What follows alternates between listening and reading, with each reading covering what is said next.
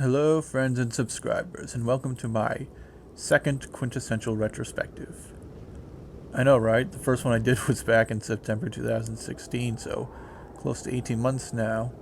You'd think my Occupy Wall Street video would be my one and only, but it won't be. I actually have quite a few planned for this year.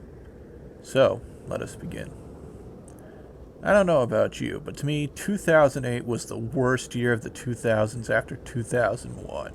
Let's see, 2008 was the peak year for Disney pop bullshit, the year Barack Obama was elected to the American presidency, the 2008 market crash, that earthquake in China, the South Ossetia War, and the subject of today's video, the majority of the international community supporting the independence of Kosovo. Okay, for some personal context for you people who know me and are wondering, what's the matter, Black Lord? Why does this bother you? Some of you know I am Polish American. In addition to that, I am a pan-Slavist. I support the unity, brotherhood, and integration of the different Slavic peoples. Kosovo, whose non-Slavic Albanian majority was succeeding from Slavic Serbia, thereby undermining its territorial integrity. So now you see my problem. Now before getting into it, and some old and new people will be shrieking like, bias. Well, no shit. Quintessential Retrospect and History of YouTube Sagas are from my perspective, and mine alone. Well, in YouTube Sagas, I'm not objective but fair, but it's conflicts unknown where I'm going to keep things balanced or neutral, so FOAD if you're going to complain about that. But here we go. It was on this day 10 years ago that the autonomous province of Kosovo and Metohija unilaterally declared independence from the Republic of Serbia. The unilateral declaration of independence is still the cause of an ongoing dispute between Serbia and the breakaway region, and still remains a controversial subject in international affairs. As for Kosovo itself, the province throughout the past 20th century was about 90% ethnic Albanian, while Serbs made up about 7 to 9%, with other minorities like Gypsies, Gorani, Turks, and Bosniaks have sizable communities within the parts of the region, but only make up about 1 to 2% of the population. Following the Kosovo War from February 1998 to June 1999, Serbs and Gypsies in particular have fled from Kosovo to avoid persecution from vengeance-fueled Albanians, causing the Albanians to make up closer to 95% of the population of Kosovo. When Kosovo declared its independence, it was met with mixed reaction from the international community. The Western powers, such as the United States, Britain, France, and Germany, immediately recognized its independence, despite protests from Serbia, who was in turn backed up by their ally Russia, as well as other large and powerful countries such as India and China. In the aftermath, Serbia filed a complaint to the International Court of Justice challenging the legality of Kosovo's independence on international grounds.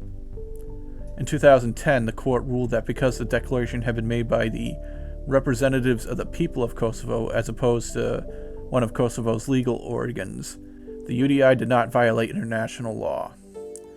Kosovo's independence declaration may have violated Serbian law, but it did not violate international law. And with that, more countries began to recognize the breakaway province as an independent state. As of right now, 111 out of 193 UN member states have recognized Kosovo's independence, but to big players like Russia and China, Kosovo's aspirations for UN membership will be ill-fated. But with most of the EU and NATO backing Kosovo, it is unlikely that Serbia will see the region return to its sovereignty anytime soon, especially with a spineless pro-EU coward like Alexander Vučić running Serbia. Which is why even more of a hindrance to Kosovo's return to Serbia would not be the EU, NATO, the international community, or staunch resistance from the Kosovar Albanians, but the cementation of Kosovo's separation from Serbia by the actions of Serbia's own government. In order to save face to the Serbian people, most Serbian political parties, including the ruling Serbian Progressive Party, with the exception of the Liberal Party, state they will not recognize Kosovo's independence. Ever since the overthrow of Slobodan Milosevic in 2000, the Serbian government has desired to join the European Union. However, Serbia had to meet several preconditions before its EU application could be accepted. The first being that Serbia would help bring every fugitive Serb wanted by the International Tribunal for the former Yugoslavia to justice, particularly Ratko Mladic. Mladic was eventually captured on a family farm just outside Belgrade in May 2011, and 2 months later the Serb authorities arrested Goran Hadžić to likewise stand trial at The Hague. After completing this task, Serbia was to engage in a series of talks with the Kosovar government to iron out a series of unresolved issues between the two entities, such as border control, visas, university recognition, etc. These talks sparked further unrest by Kosovar Serbs, particularly in the northern regions of Kosovo, where ethnic Serbs constitute a majority of the population. However, the talks resulted in the Brussels Agreement of 2013, in which, exchange for furthering Serbia's EU application, Serbia would remove its remaining institutions from Kosovo, no longer block Kosovo's path to the EU and other EU-affiliated organizations, and recognize the institutions of Kosovo as no longer Serbian, and normalize relations between the two entities. Serbia was not required to recognize Kosovo's independence, but nonetheless signed on to a framework that would cement Kosovo's permanent separation from Belgrade, and this was practically acknowledged by prominent Serbian politicians. Dobrica Kosic, probably the leading Serbian nationalist intellect of the latter half of the 20th century, and first president of the Federal Republic of Yugoslavia, stated just before his death in 2014 that Serbia should give up on Kosovo, stating that it was something younger Serbs should not worry about. Despite Kosic's nationalism, he was more pragmatic on the issue of Kosovo, arguing in favor of partition between Serbia and Albania as early as 1993, believing that was the only way to stabilize the region. Following the Brussels Agreement of 2013, Serbia's main negotiator was Ivica Dačić, then Foreign Minister of Serbia and President of the Socialist Party of Serbia, which is the party founded by Slobodan Milosevic in 1990. As we know, Milosevic was the most uncompromising defender of Serbia and Kosovo, at least of our lifetime.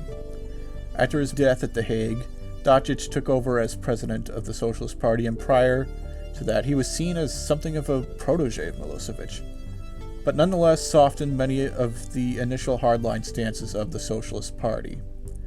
Dačić himself was born in Kosovo and seemed to follow Milosevic's stance. In 2008, he called for the banning of political parties that would recognize Kosovo's independence. And in 2011, at the start of the crisis in northern Kosovo, he called the KFOR and Kosovar police response a quote-unquote attack on Serbia. Nonetheless, the softening of these stances came after the Brussels Agreement, when he stated that although the Serbian government will never recognize Kosovo as an independent state, he claimed, quote, lies were told that Kosovo is ours, end quote. Even more departingly, last summer he penned an op-ed proposing that Serbia will give up its claim to the entirety of Kosovo in exchange for Kosovo becoming a federal state similar to Bosnia with an autonomous Serb entity called Republic of Serbia, and suggested that Kosovar Serbs should be allowed to create a similar entity with similar levels of autonomy, although this proposal was, of course, rejected by his Kosovar counterpart. But the biggest offender on the Serbian side comes in the form of the current president, Aleksandar Vučić. Vučić, along with his predecessor, Tomislav Nikolić, were former members of the far-right Serbian Radical Party, a party who supports using military force to prevent Kosovo's independence. Vučić for a while towed the usual extreme right of the Serbian nationalist line, having made comments that seemingly condoned the Srebrenica massacre during the Bosnian War, and then supported the creation of a greater Serbia as shown here. Even as late as 2007 and 2008, Vučić was an active supporter and defender of General Ratko Mladic, and advocated that the Serbian government should shelter him from The Hague. However, in 2008, Vučić, along with the other pro-EU conservative faction of the Serbian Radical Party, decided to split from the broader party to form the center-right Serbian Progressive Party, which is again pro-EU and more conservative than nationalist in ideology. During the Catalan crisis, Vučić notably complained about the EU's hypocrisy in opposing the possibility of separation of Catalonia from Spain, but welcomed the separation of Kosovo from Serbia. It is worth noting that, to this date, Spain is the only state in Western Europe that has not recognized Kosovo's independence from Serbia, likely due to the fact such a move would legitimize the active separatist movements within its own country. Nevertheless, Vučić even prior to assuming the presidency last year, was one of the key actors of the Serbian government in trying to bring Serbia into the EU, promoting the Brussels Agreement. He even met with the Kosovar Serbs, and after the agreement was signed, he urged them to, quote, stop thinking about the past and look toward the future, end quote. Generally, I'm not one to play armchair mind reader, but let's face it, he pretty much euphemistically said, just accept the fact you're separated from Serbia against your will, but if you cooperate with the Kosovars, things might get better for you. Vučić has been repeatedly accused by some in the opposition as willing to recognize Kosovo's independence in exchange for EU membership and an audience with Chancellor Angela Merkel. So how about we back up a bit? Some of you who are not well versed on the subject are wondering, so how did Kosovo become independent in the first place, and why was it backed by most of the international community? Well, it's a bit lengthy and complex. Here's as brief of a summary as I can give. Kosovo is seen as the heart of Serbia, and was a part of the first Serbian state, the Principality of Serbia, starting in the 7th century. However, after the Battle of Kosovo in 1389, the province, as well as the Serbian Empire, became a part of the Ottoman Empire. During the 500 years of Ottoman control of Kosovo, Albanians gradually became the majority of the region's population, with Albanians now seeing Kosovo as a part of Albania for the fact that they made up the majority. After the Balkan Wars, which preceded World War I, Kosovo once again returned to Serbian sovereignty. After World War I and the fall of the Austro-Hungarian Empire, all the southern Slavic countries except Bulgaria became a part of the Kingdom of Yugoslavia. During World War II, Yugoslavia was invaded by the Axis powers, who then carved up the country, annexing parts of the territory for themselves and creating Axis client and puppet states like Montenegro and the independent state of Croatia. After the war, Yugoslavia became a socialist federation led by Tito and the League of Communists, which shaped the borders of the country we see today. 6 constituent republics were formed: Slovenia, Croatia, Bosnia, Serbia, Montenegro, and Macedonia. With Serbia being the most populous republic, it had the power to potentially dominate the others, so the communist government gave Serbia 2 autonomous provinces to balance Serbia's power with the other republics.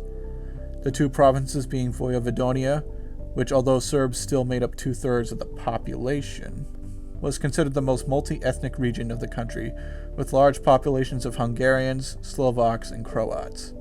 The other province, of course, being Kosovo, with its large Albanian population. In 1974, a new constitution was enacted which granted the 2 autonomous provinces almost all the same powers a republic had. This angered the Serbs, as what little control they had over the provinces was effectively lost. And this was seen as unfair, as only Serbia was stuck with an autonomous province, while the other larger republics like Bosnia and Croatia did not. After Tito died in 1980, nationalism and ethnic tension was on the rise, which led to the outbreak of the Yugoslav Wars of the early 1990s. While Macedonia was able to peacefully leave Yugoslavia, Slovenia had a brief 10-day skirmish with the Yugoslav People's Army, while Croatia and Bosnia were stuck with long-lasting and bloody wars. Serbia and Montenegro were the only remaining republics to form the Federal Republic of Yugoslavia after the breakup. After the wars with Bosnia and Croatia, the Albanian terrorist group, the Kosovo Liberation Army, or UCK/KLA, began an armed insurgency in Kosovo against Yugoslavia. In March 1998, the conflict intensified after the Yugoslav army and Serbian police raided the compound of Adem Jashari, the founder of the UCK, killing him and 57 members of his family. A year later, in March 1999, the North Atlantic Treaty Organization, or NATO, began a bombing campaign against Yugoslavia, amongst accusations of ethnic cleansing and/or genocide against the Albanian population. The campaign did not have authorization from the UN and was in violation of international law. However, on June 11th, the Yugoslav government agreed to withdraw its military from Kosovo in order to make way for international peacekeepers and place the province under UN administration. During and after the war, ethnic violence in Kosovo persisted. In 2003, the Federal Republic of Yugoslavia reorganized itself as Serbia and Montenegro, a political union. During this time, the UN was working on a status process led by former Finnish President Martti Ahtisaari, which would decide the final status of Kosovo. In June 2006, Montenegro declares independence from Serbia, after 55% of Montenegrin citizens vote in favor of independence. Almost 2 years later, on February 17, 2008, Kosovo unilaterally declares its independence from Serbia, which brings us to where we are today. So, after establishing how and why Kosovo achieved its status as a de facto sovereign entity, what benefits has it brought to Europe and the world at large? Well, for the West, it seems like they had achieved their goal for Yugoslavia: cut up the country into tiny client regimes and bring the Balkans under the control of NATO. With Serbia not as an official military ally of Russia, but a friendly nation to Russia nonetheless, it was for the best that NATO saw Yugoslavia's borders shrink and military power reduce. Prior to 2004, the only country in the Balkans that was in NATO was Greece, but then in 2004, Slovenia joined the alliance, the first ex-Yugoslav country to do so.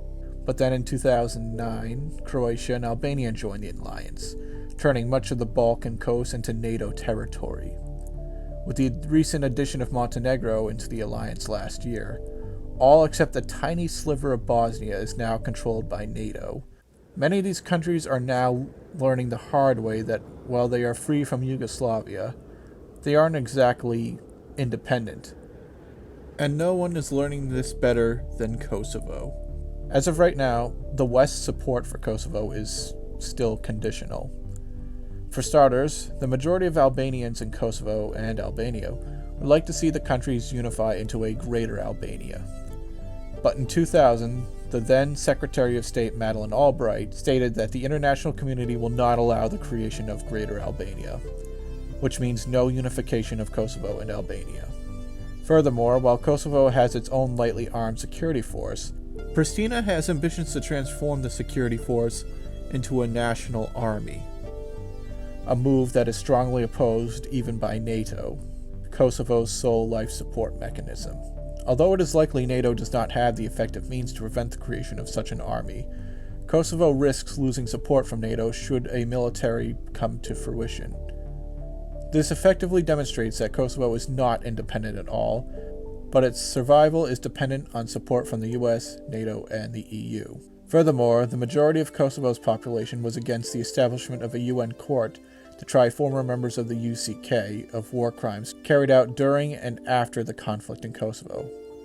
Hashim Thaçi himself said such a court was unfair, but basically admitted it was necessary as Kosovo could not receive continued support from NATO and the EU.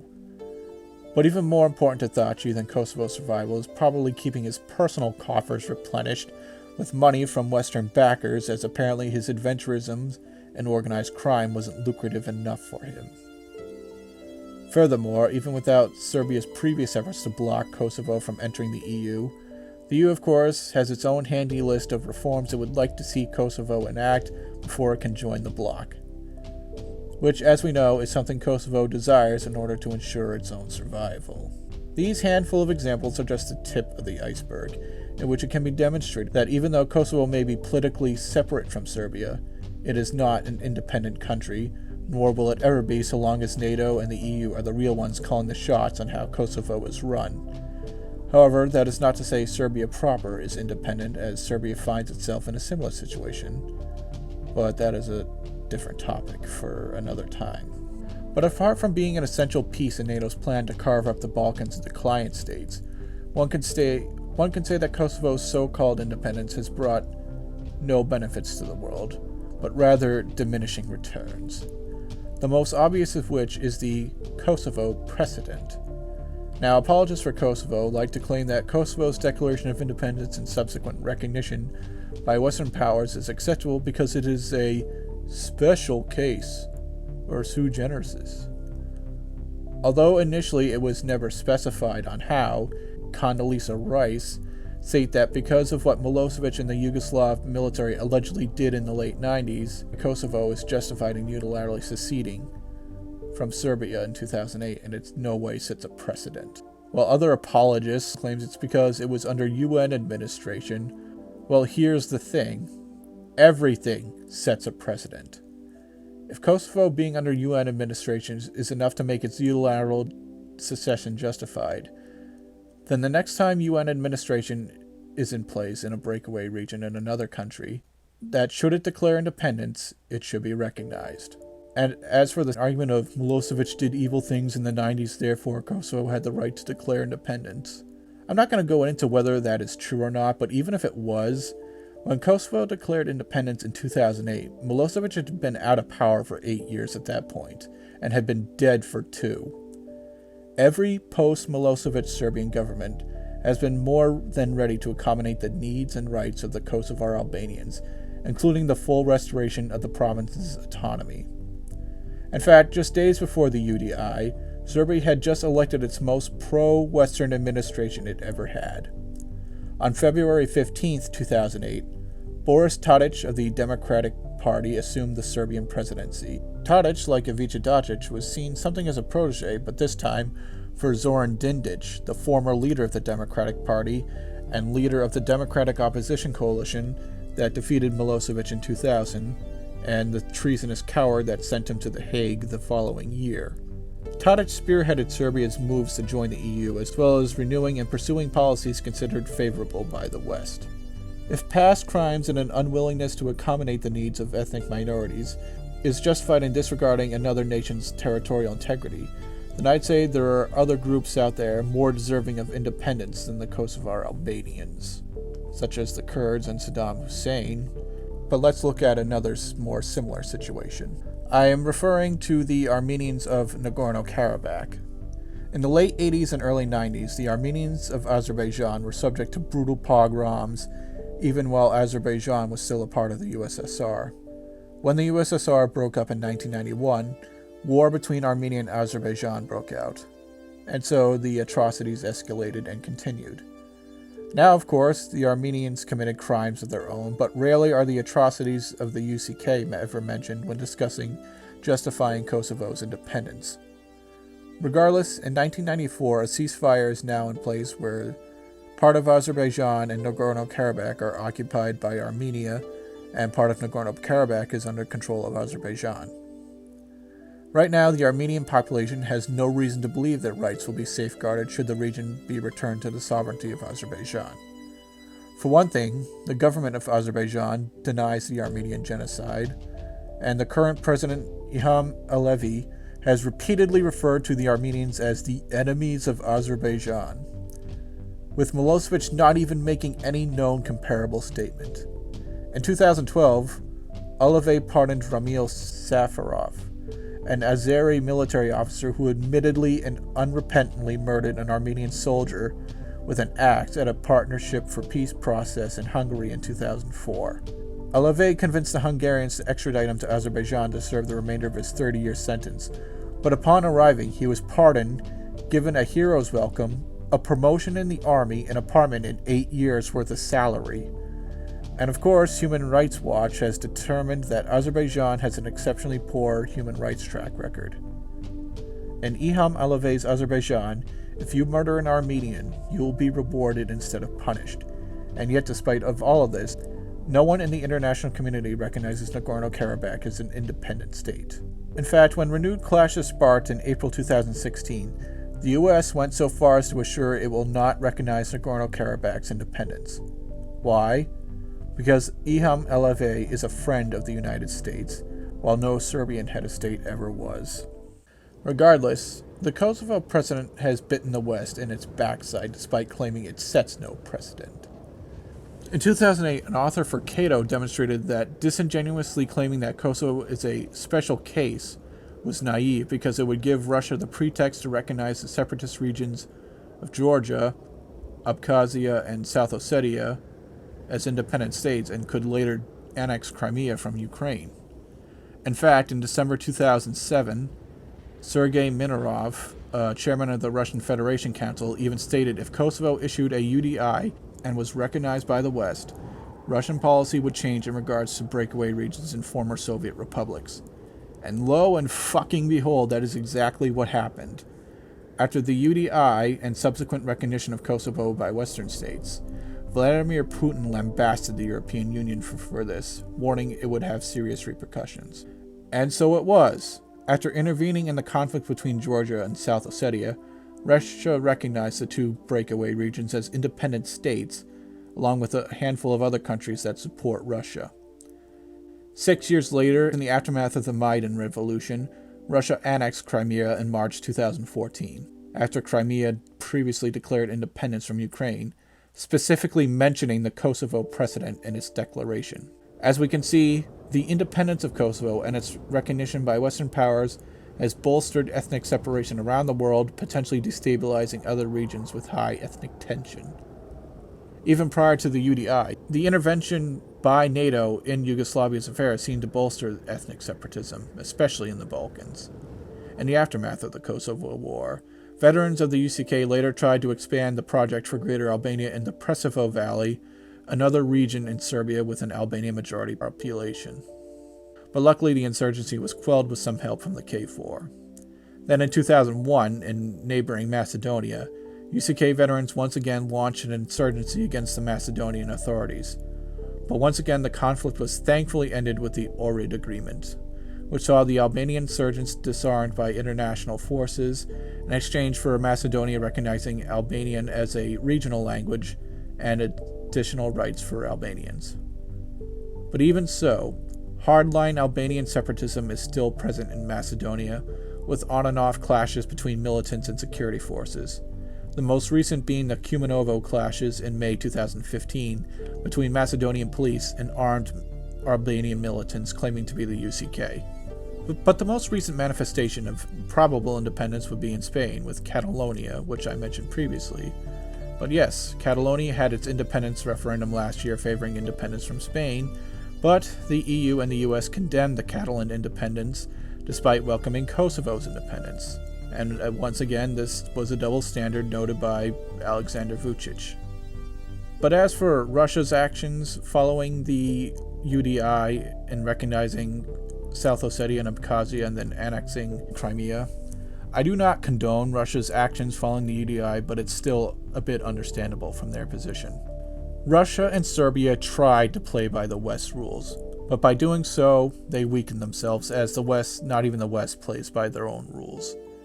In Russia's case, the USSR allowed Germany to reunify, which was a huge concession considering Germany nearly destroyed Russia several times in the past couple of centuries. But this was only allowed on the condition that NATO would not expand eastward. So, Germany reunified, the USSR collapsed, and by 1995, NATO was already moving to incorporate former Eastern Bloc countries into its alliance, which they did 4 years later. In Serbia's case, Milosevic agreed to halt Yugoslavia's military operation in Kosovo and withdraw from the province if Yugoslavia's territorial integrity was upheld. Bill Clinton and the others promised things would be better for Serbia if Milosevic was handed over to The Hague. It was to both Dindic and Vojislav Kostunic's understanding, if Serbia handed over Milosevic, although not the case with the latter, Serbia enacted more democratic and neoliberal reforms and basically moved to a more pro-Western direction, Kosovo could be returned to Serbia. Well, Milosevic was brought to trial at The Hague. The Federal Republic of Yugoslavia downgraded to a confederation called Serbia and Montenegro in 2003. Dindic was assassinated. Serbia cooperated with The Hague. Montenegro broke away in 2006. Serbia elected its most pro-Western government in 2008. And effectively lost Kosovo 2 days later, with the EU and US siding with Kosovo. And yet, unlike Russia, Serbia is still playing the West game thinking they can get Kosovo back. It won't. Sadly, all of this was predicted by Slobodan Milosevic in his final speech to the Yugoslav people on October 2, 2000, 3 days before the CIA and Soros-backed opposition overthrew him in what some may describe as a coup. But apart from bolstering ethnic separatism, Kosovo has become a potential hotspot for Islamic terrorists. While Albanians of Albania are more religiously diverse, with Sunni Islam being the small majority of the population, many Albanians of Albania are also Catholic, atheist, or their own Orthodox church. But the Albanians of Kosovo, on the other hand, are overwhelmingly Sunni Muslim. During the Kosovo War, the UCK received support from al-Qaeda and other extremist mujahideen. In the aftermath of the war, the Saudi High Commission has invested millions in the rebuilding of mosques and other religious centers, sending their Wahhabi preachers into Kosovo to spread their particular heinous brand Salafism, which in turn is starting to radicalize the Muslim Kosovars even against their fellow Albanians for following the wrong faith.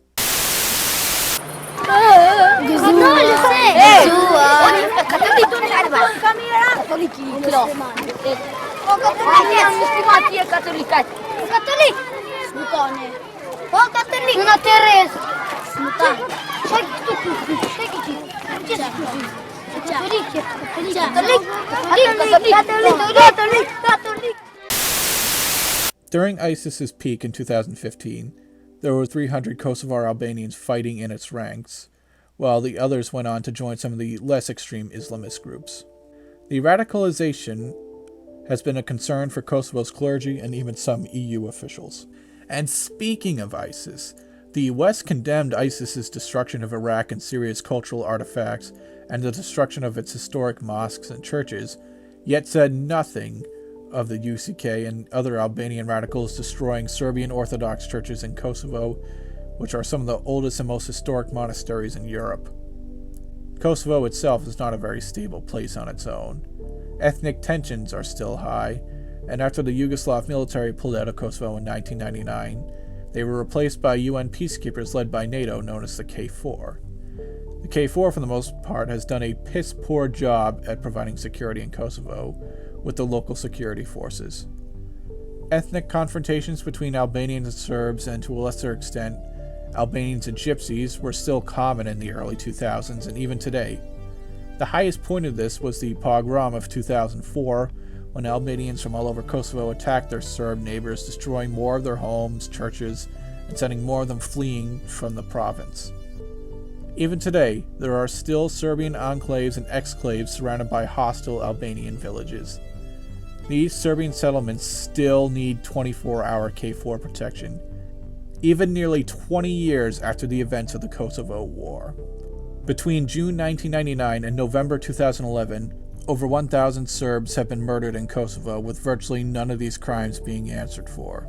Serbian property and historical sites are also frequently vandalized or destroyed, including graves and memorials to the Yugoslav partisans of World War II by hate-filled Albanians, with the police doing nothing to prevent the destruction, which translates as de facto state condolence of terrorism against the Serbian minority.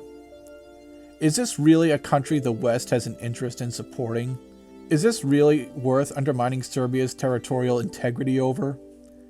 Ethnic violence aside, the Albanian mob has flourished in Kosovo. Violence between political groups and mob warfare are also common in Kosovo. Kosovo's economy is practically non-existent, with instances of Albanians leaving the breakaway province en masse to find economic prosperity elsewhere. So with all this, I rest my case that Kosovo's so-called independence has brought nothing good for Europe and the West, as a result of bolstering ethnic separatism being a factor in tensions between the US and Russia, Kosovo's role in being a hotbed for terrorists, and the fact that Kosovo's independence has brought nothing good even for its own people, as they are not the true rulers of Kosovo, but the West. The religious extremism and ethnic tension has also divided the people of Kosovo, while there is no economic prosperity to be had there. I would like to make an appeal to my fellow Americans, and why they too should not support the independence of Kosovo. Kosovo has been disputed between Albanians and Serbs for the past century, but so has some of our territory. Following the annexation of Texas in the aftermath of the Mexican-American War, the United States seized what is now most of the southwestern states from Mexico, while most of us think nothing of it anymore and take states like Texas, California, Arizona, New Mexico, and others for granted. Mexicans still remember the war and view our acquisition of such territory as stealing the land, even though Mexico signed it away and got $15 million for it after they lost the war. Some of you may have heard the term Aztlan, the name of the Aztecs' mythic homeland. Mexican nationalists and Chicano nationalists use the phrase to refer to the territories that Mexico lost to the United States, and many of them aspire to take it back. Many of the illegal immigrants and even some of the unskilled legal Mexican immigrants still think of the territory as theirs and would like to see it either become independent from the U.S. or reunify it with Mexico, just like the Kosovo Albanians would like the breakaway region to become independent from Serbia or unify with Albania. Now, support for Chicano separatism may be low even among most Mexican immigrants, but let's pretend it's not. And they decide to use violence to try to attack American police and the National Guard, just like the UCK did with the Serbian police and Yugoslav military in Kosovo. And then to put an end to this, Donald Trump, who some compare to Slobodan Milosevic, sent in the military to crack down on the separatists. But then a military alliance led by Russia or China, or both, decided to make up accusations of ethnic cleansing, and therefore decided, get out or we'll bomb the hell out of you. And so they did. So the US withdraws and lets China and Russia in if they promise to recognize the Southwest as our territory. And after that, Russia and China says, hand over Donald Trump and become more like us. And they do. But then 9 years later, after a UN administration, the Southwest decides to secede from the United States, and Russia and China recognizes their independence, despite UN resolutions and previous assurances that they wouldn't, claiming, it's a special case. That wouldn't be fair to us now, would it? No. But that is what we and other Western countries did to Serbia, and we really shouldn't have. I will now leave you with a clip from Milosevic's final speech as president of Yugoslavia, forecasting that Western promises of things getting better for Serbia would not be kept. Please note that this was originally uploaded by another user, and I did not translate this. Link to the original video would be in the description, as well as all other relevant links. Also, another eye-opening documentary to watch on the subject would be Stolen Kosovo, made by Czech TV. Link to that in the description as well. Građani, pred drugi krug izbora želim da vas na ovaj način upoznam sa svojim viđenjem izbornih i političkih prilika u našoj zemlji, posebno u Srbiji.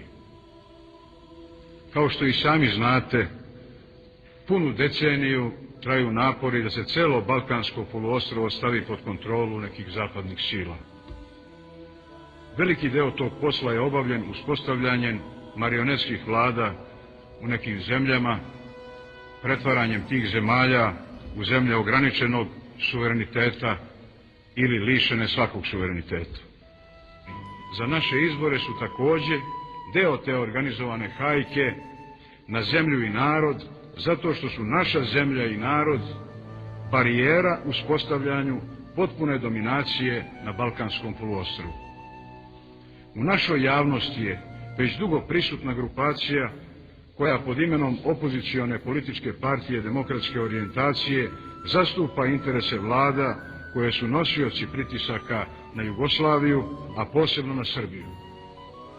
Ta grupacija se na ovim izborima pojavilo kao demokratska opozicija Srbije. Zastupajući te interese, iz ove grupacije su našoj javnosti poslate poruke da će sa njima na čelu Jugoslavija biti izvan svake opasnosti od rata i nasilja, da će doći do ekonomskog prosperiteta, vidno i brzo ostvarenog višeg standarda, takozvanog povratka Jugoslavije u međunarodne institucije itd. Poštovani građani, moja je dužnost da vas javno i na vreme upozorim da su ta obećanja lažna i da stvari stoje obratno, jer upravo naša politika garantuje mir, a njihova samo trajne sukobe i nasilje, a evo zašto. Uspostavljanjem vlasti koju podržava, odnosno koju instalira zajednica zemalja okupljenih u NATO alijansi, Jugoslavija bi neizbežno postala zemlja čija bi se teritorija brzo rasparčala. To nisu samo namere NATO pakta, to su i predizborna obećanja demokratske opozicije Srbije. Od njihovih predstavnika smo čuli da će Sandžak dobiti autonomiju za koju se član njihove koalicije Sulejman Ugljanin, vođa separatističke muslimanske organizacije, zalaže već 10 godina i koja faktički definitivno izdvaja Sandžak iz Srbije.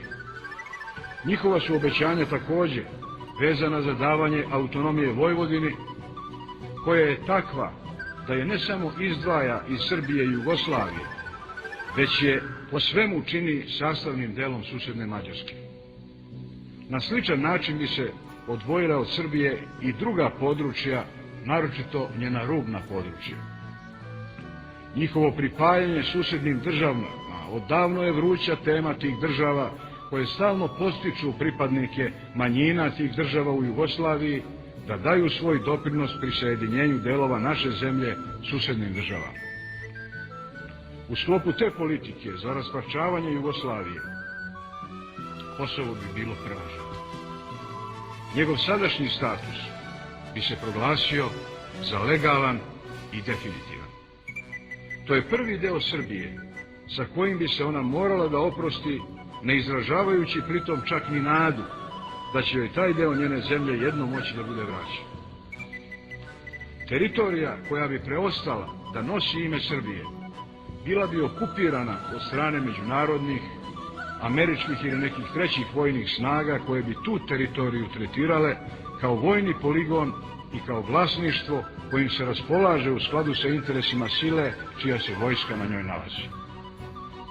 Sliku tog raspolaganja i posljedice tog raspolaganja gledali smo već decenijama, a naročito u ovoj deceniji u mnogim zemljama širom sveta, nažalost posljednjih godina i u Evropi, na primjer na Kosovu, Republici Srpskoj, Makedoniji, u našem neposrednom okruženju.